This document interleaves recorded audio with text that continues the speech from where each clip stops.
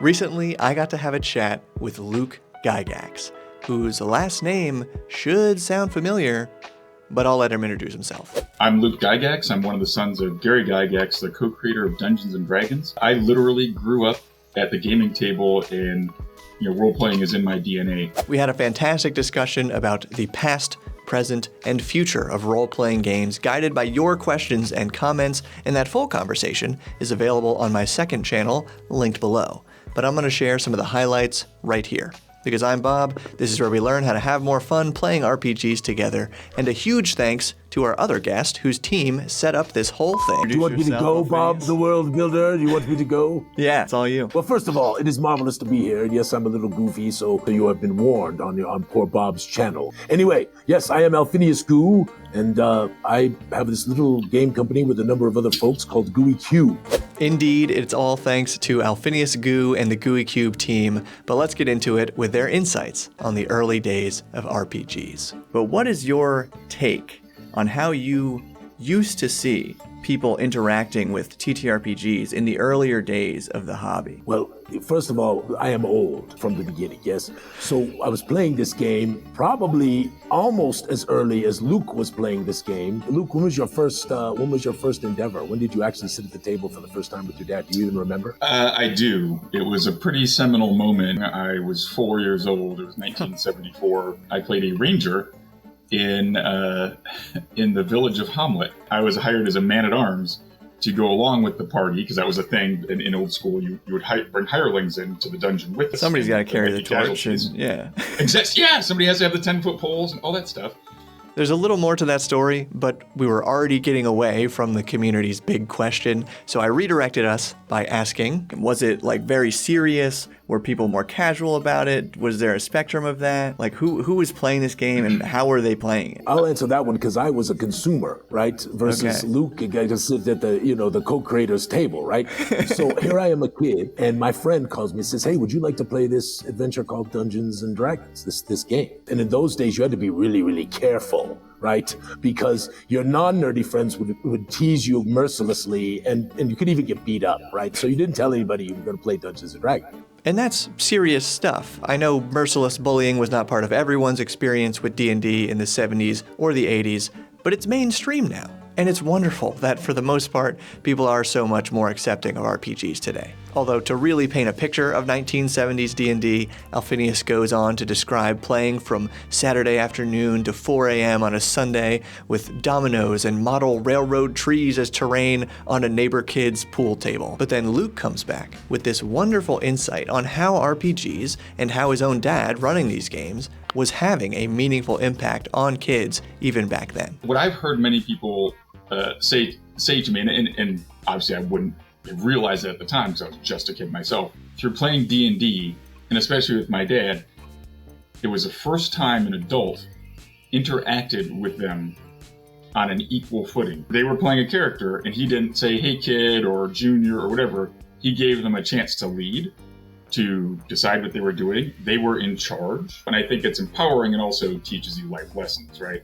About how to conduct yourself, and it's a great way to experiment. Hey, can I do that? Oh, that really made people mad if I said one thing and did another thing, or whatever it is, right? You learn some consequences of doing that stuff, but it's in a game, so it's exactly, yeah. I stand by these points as just one way games like D&D are so amazing, and it was heartwarming to hear Luke and Alphinius' admiration for Gary Gygax and his immense contributions to the hobby. So before we hear their insights on the present and future of RPGs, it's my pleasure to share a bit about their upcoming book, The Tomb of Gygax, a 5e compatible adventure and setting by Gooey Cube in collaboration with Luke Gygax as an official homage to Gary himself.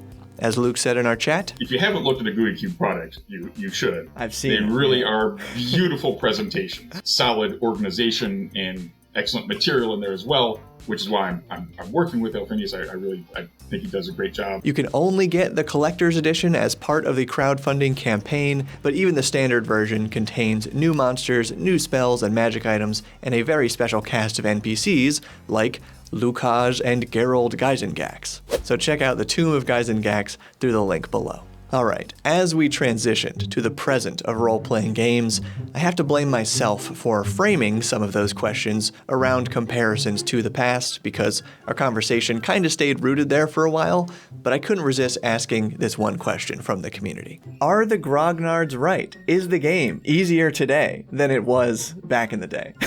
You died a lot more in the old days, right, Luke? So It was deadlier. It was deadlier. Definitely the push was to be more aggressive against characters. more adversarial, yeah. I think that's probably true. I think we are a kinder, gentler Dungeons and Dragons these days. And while I was not playing RPGs in the 70s or 80s, I agree. We talked about how the earliest D&D players came from wargaming, where, of course, you had zero attachment to any individual soldier on the battlefield, and furthermore, games, almost all games by their very nature, were competitive, not cooperative. So in those days, it was natural for GMs to be more adversarial. Or as Luke put it, your character was not a hero, they were a schlub. As opposed to today, now I would say your characters are definitely the chosen heroes of the realm. You know, you're special. You are just not. You're not a schlub. You've got promise, and you're gonna make it through. And man, feel free to clip that little motivational speech. I think we all need to hear that from time to time. But Luke continues here about how even though the player characters are definitive heroes today, it's not quite as hard as many GMs make it out to be to kill player characters in 5e. And his realization came from a surprising place. I played Baldur's Gate. Those guys are jerks. If your character gets dropped, they ignore the rest of you and all take the free hits until you're dead. Yeah, free wax. Aha. And we are going to revisit the RPG evolution towards digital in a minute, but first we went into the fact that part of what made 5e so successful is this overall survivability of characters, rather than being a schlub, and the built-in balance between different kinds of characters. There was a bit of wonkiness, I'll call it. A first-level fighter was not the same as a first-level magic user, right? That magic user generally had a very high armor class, which was bad at that time, right? Easy to hit. A D4 of hit points, right? 1 D4, you could have 1 hit point, and 1 spell that you had to randomly generate on a chart in the DMG, right? Whereas I think today you can pick up a 5th edition book and they have smoothed out the wonkiness. So everybody has a longsword, as they say. Yeah, everybody has that chance. They all progress pretty well. Yeah. And it's easily understandable pretty rapidly by just about everybody. And stranger yet, it's not nerdy really to play D&D anymore. Or if it is nerdy, it's okay, that's cool. So right. That was not the case. That was not the case when I was growing up. We already talked about that. So now, the question of the hour. Where is D&D going? And so, if we try to project our minds into the future here, what is your vision, your take, on how people will be interacting with TTRPGs, let's just say another 10 years. We don't have to jump to 50. That's like, we'll never call it. I feel like a politician who's going to be asked to make some sort of hard decisions. Someone's going to play back later. Yeah, there's some danger. You're totally wrong. You're talking about.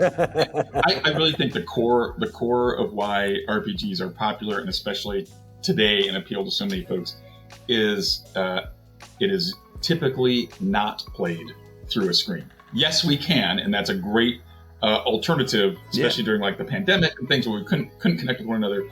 But we get a lot of our entertainment through screens. We have to do all of our work through screens. It seems like these days, the vast majority of it. So this is a great excuse to get together, to carve out some time as a busy adult, to carve out some time to spend with your group of friends, or if you don't have them, to make some friends, because we all need that. Mm-hmm. And you know what? For me, gaming is more than just what I do in the adventure. It's also catching up with the people around the table, telling them what's going on in my life, hearing it, like sharing those human moments, right? Then we get into the adventure, and I feel closer oftentimes to those folks because of our shared, our shared hardships, which are completely imaginary, right? In the game, but we still faced them together and overcame them as a team, right? So my prediction is in 10 years, we will see lots of, I was going to say combat multipliers. That doesn't really apply to this sort of thing. That's an army term. That means make you better at your job, right? So there'll be lots of digital tools and virtual tools that will help DMs and players access information and run the game and maybe visually more stimulating. But I think the essence of it will be the same, which is a human being presenting a scenario and other human beings figuring out how to go through in the scenario to overcome challenges and how they are going to fill in the gaps that are in this outline of a story that we've made to move the story forward and give it color. Yeah, and don't get us wrong here. We went on to talk about the irony of us having this conversation through a virtual platform, and then we hailed even more of the benefits of playing online. But Alphinius had a great follow-up, that we already have fantastic digital gaming experiences like Baldur's Gate and similar video game RPGs. Therefore, it is this human-to-human, usually at a table connection, that actually distinguishes and defines tabletop RPGs, no matter the amount of digital tools available to make it more accessible. And that human element has already lasted through 50 years of unprecedented technological evolution, so it's likely to continue into the future as well. But hey, let us know what you think down in the comments, like this video if you enjoyed it, and consider supporting what I do by subscribing or joining Patreon, because it is our patrons and channel members who make all of this possible. Thank you, and keep building.